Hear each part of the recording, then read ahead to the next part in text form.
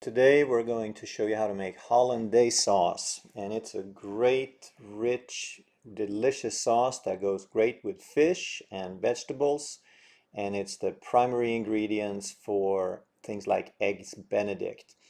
So we're going to use a double boiler, and we're starting to put some water to boil on the stove, and then we take an egg and we separate the yolk from the egg white. We're going to use the egg white later, so we'll keep it separate.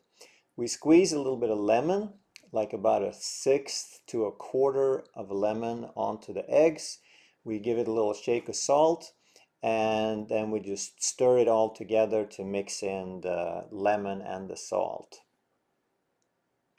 And you want to make sure, of course, to use good quality pastured free-range eggs and some good quality butter, organic grass-fed butter. So we use about 1/2 of a stick, and then once the water is boiling, we hold the mixture on over the water so that the steam from the water heats it.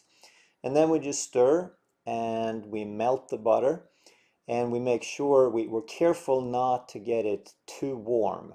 And you can tell it should thicken pretty quickly, but it shouldn't stick to the bowl or coagulate. So once it does that, you take it out.